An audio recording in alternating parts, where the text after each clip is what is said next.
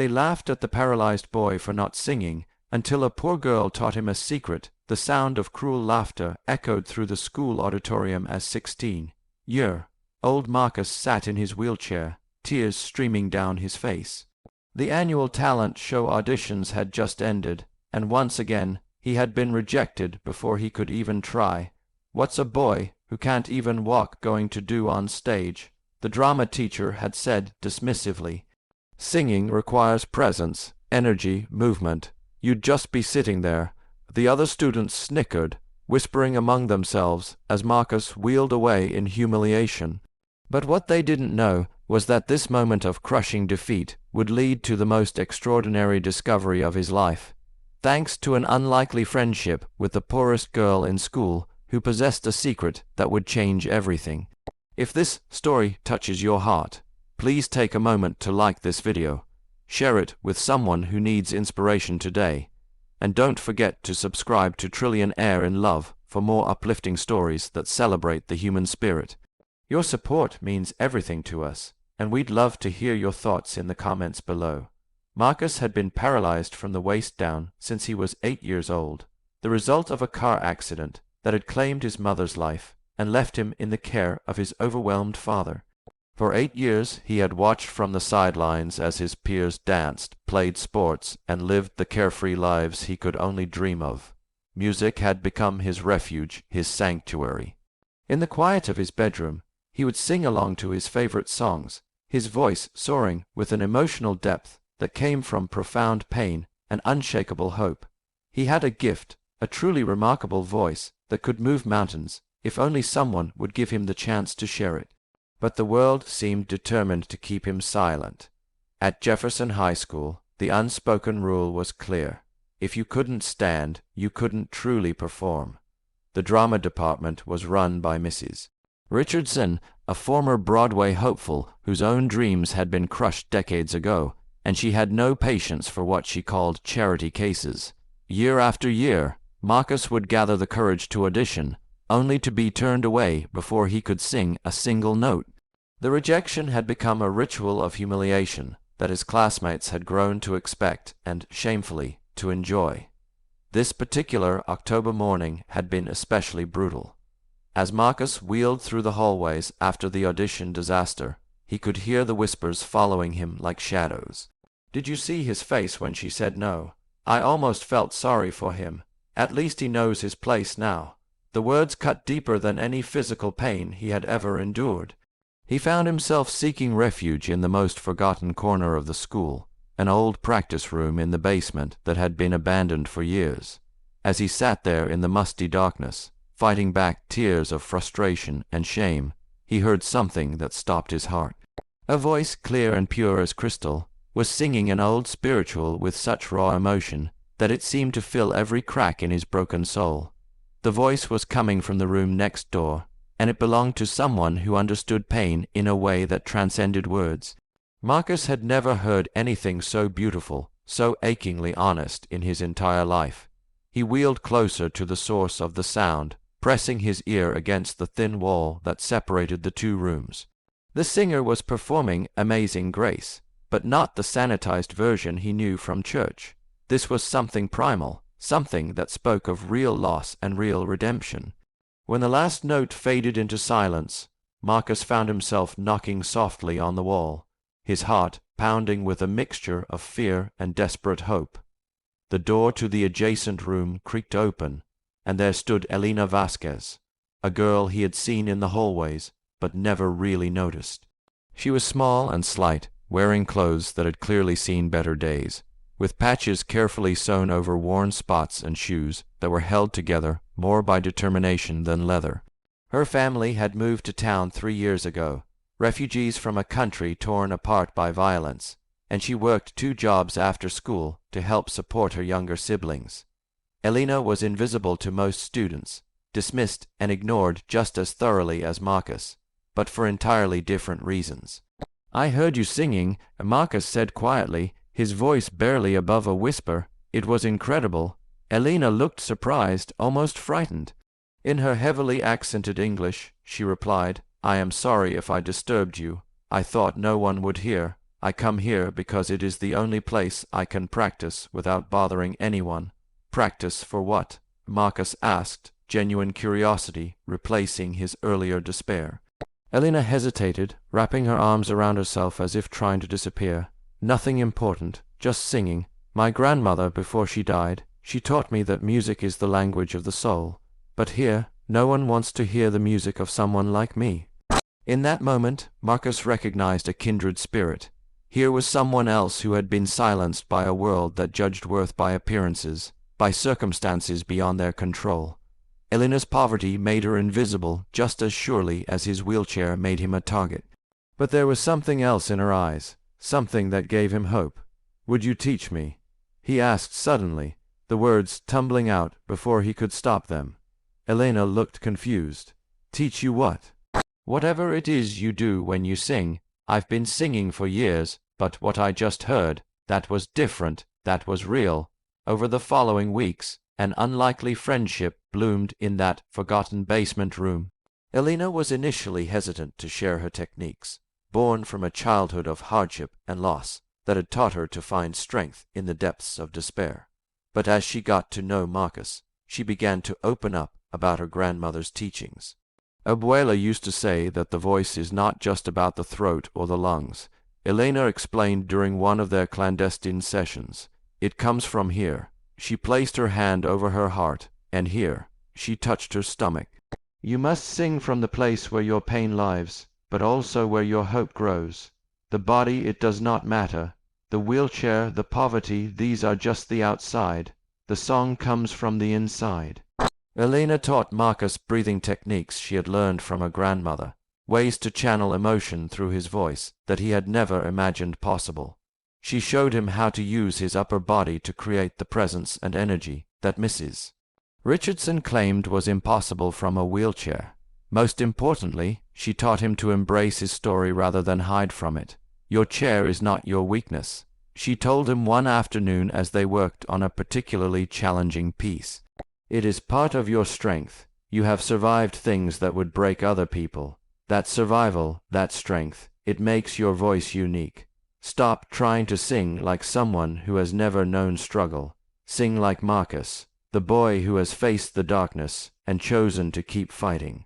As the weeks turned into months, Marcus began to transform.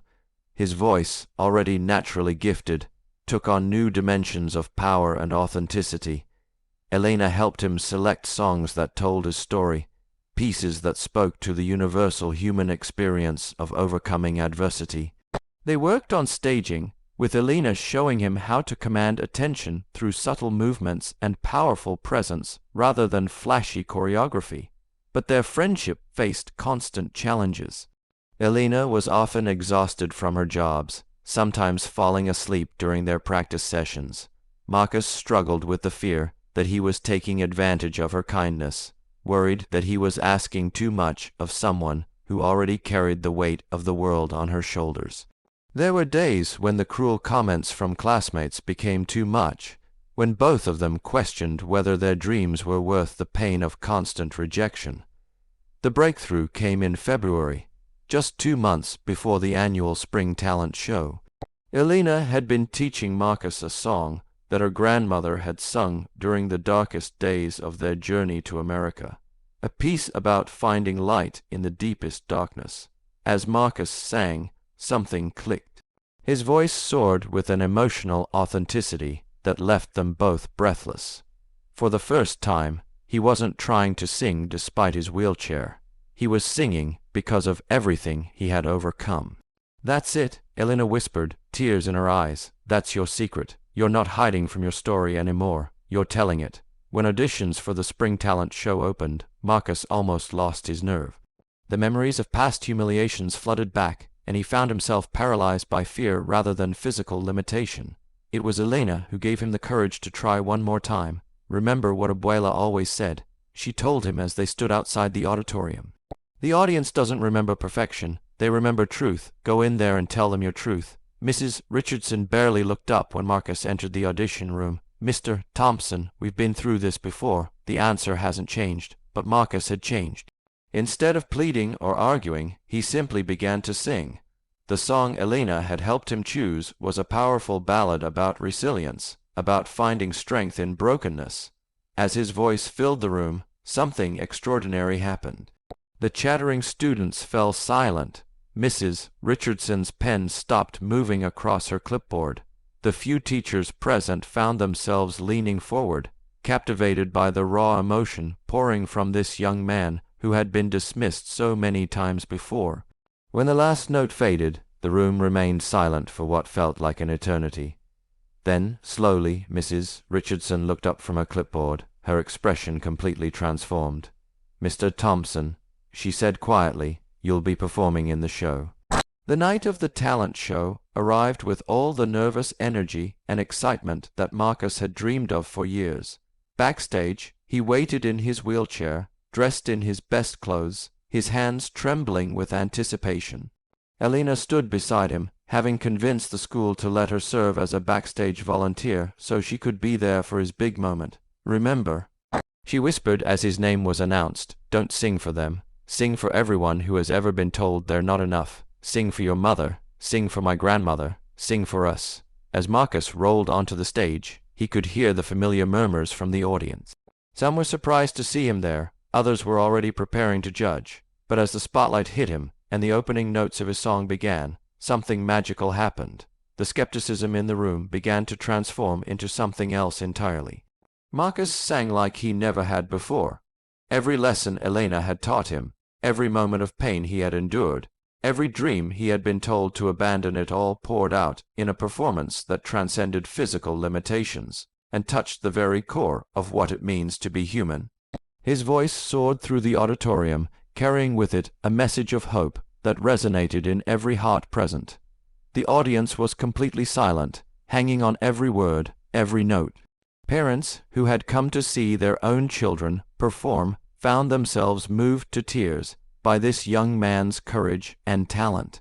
Students who had mocked him in the hallways sat transfixed, suddenly seeing him not as a disability to be pitied or a target to be mocked, but as an artist sharing his soul with the world. When the final note rang out, the silence stretched for a heartbeat that felt like forever. Then the auditorium exploded. The standing ovation lasted for nearly 5 minutes, with people wiping away tears and calling out encouragement. Mrs. Richardson, the woman who had rejected him so many times, was visibly crying as she applauded. But the most meaningful reaction came from Elena, who watched from the wings with tears streaming down her face and a smile that could have powered the entire school. She had given her friend the tools he needed, but he had found the courage to use them. Together, they had proven that the human spirit cannot be contained by circumstances, that true talent and determination will always find a way to shine. Marcus won the talent show that night, but more importantly, he won something far more valuable: the respect of his peers, the recognition of his gifts, and the unshakable knowledge that he was exactly who he was meant to be. The cruel laughter that had once echoed through the halls was replaced by genuine admiration and support. In the months that followed, Marcus became a symbol of inspiration at Jefferson High School.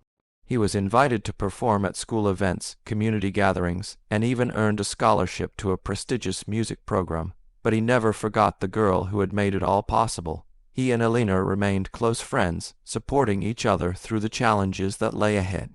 Elena, for her part, found her own courage to step into the spotlight. Marcus convinced her to audition for the school choir, where her remarkable voice finally received the recognition it deserved. Together, they started a music mentorship program for students who felt like outsiders, creating a space where everyone's voice could be heard and valued. The secret Elena had taught Marcus wasn't really about vocal technique or performance skills.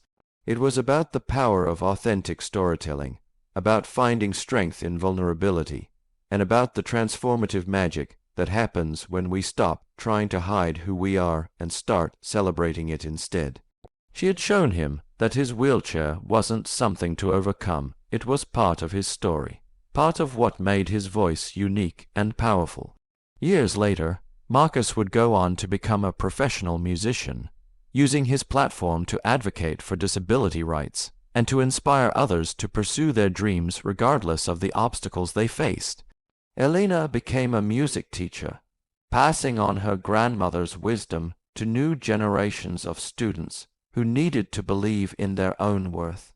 But it all started in that forgotten basement practice room, where two young people who had been made to feel invisible discovered that their voices, when combined with courage and authentic truth, could change the world.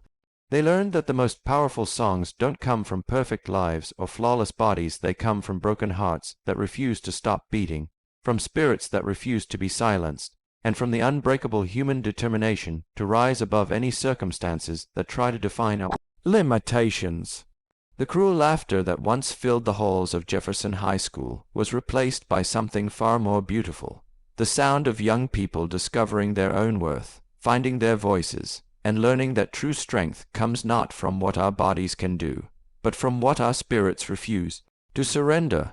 Marcus and Elena had taught their entire school community that every person has a song worth singing, and every voice deserves to be heard.